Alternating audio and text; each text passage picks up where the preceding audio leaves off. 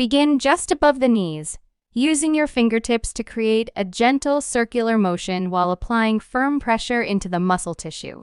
When you come across tight spots, hold the position and maintain pressure without sliding over the skin.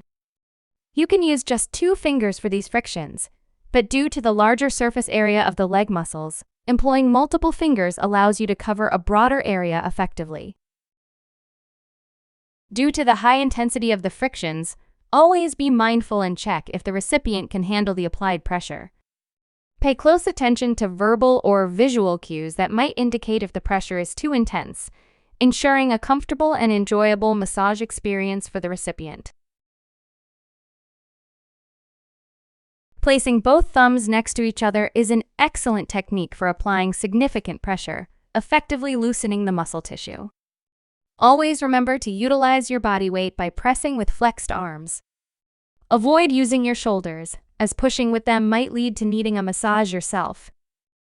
To apply frictions to the shins, grasp the lower legs and press down firmly into the muscle tissue transversely.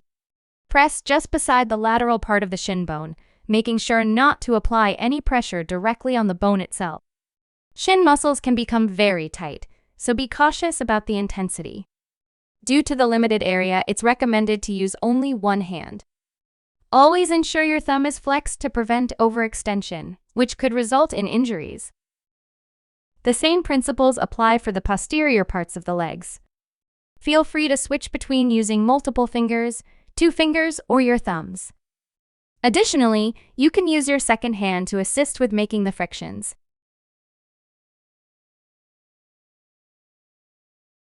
When addressing both the inside and outside parts of the calves, it's easier to use your thumbs, either 1 or 2. Ensure you maintain an upright posture. To prevent excessive bending, gradually move your body upward as you work your way up the leg.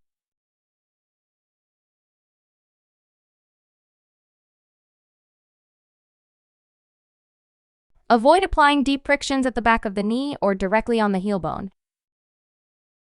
Target the hamstring muscles, located at the top part of the posterior legs, using the same technique applied to the quadriceps muscles. Due to the recipient's prone position, we have to rely more on verbal cues to gauge their comfort level with the applied pressure. Again, decreasing pressure if we notice the recipient is uncomfortable.